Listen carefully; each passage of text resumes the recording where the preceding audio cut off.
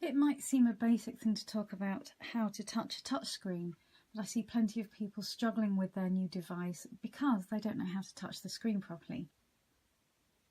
When it comes to touching a touchscreen, I'm going to use a stylus here, but of course a lot of people mainly use their finger. When you're trying to open something on your gadget, what you need to do is to touch it briefly and lightly, and it will open there. This is an iPhone, so to get out of that I'm just going to press this home button here. Just a quick press and it will open.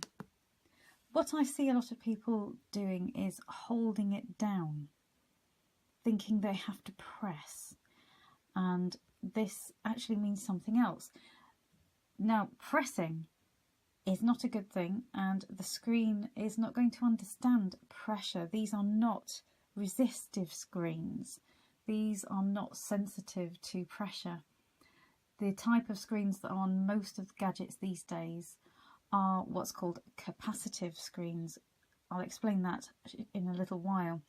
But resistive, the type that you have to press down on to make work, like you might have at the cash machine, is not this type of screen.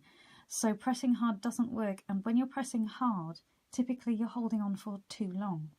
And that does mean something different. I'm going to come out of here. So to open it properly, I'll just give it a brief tap. I hear a lot of people call these styluses things like dabber, stabber, dibber. They're all good names because they give the impression that you stab. And if you think of it as a stab, you've got the right idea. Touching and holding is really the equivalent, if you're familiar with a PC type operation, of doing a right click, which is what you would do when you're trying to do something other than open it, really. For instance, what happens here on this iPhone, if I touch and hold, everything goes wobbly. And I've had people call me because their iPhone has gone wobbly, and I know exactly what they mean. It's done this because they've held something on longer than you would require to open the app. This is good if you're actually wanting to move the app, say, to a different page. You can stick it over there.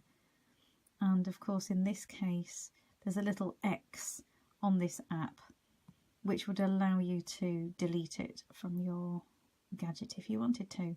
But I'm just going to move it back and stick it here, and I might decide to change the order. And that's just by touching and holding it down. It's a bit like doing a left click and dragging a mouse on a PC, the same kind of idea. I'll just press this home button here to get out of it. So no pressing hard, and also no nails.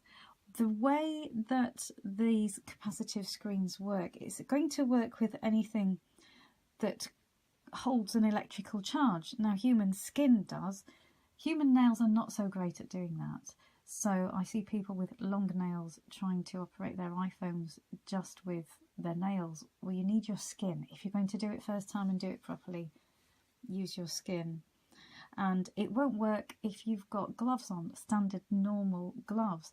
Again, because what you're doing is insulating rather than allowing the electricity to flow between the screen and your finger. Unless, of course, you've got the type of gloves that have some conductive thread into them, and you might have seen these before. It's not a fashion statement, it's actually a very practical use.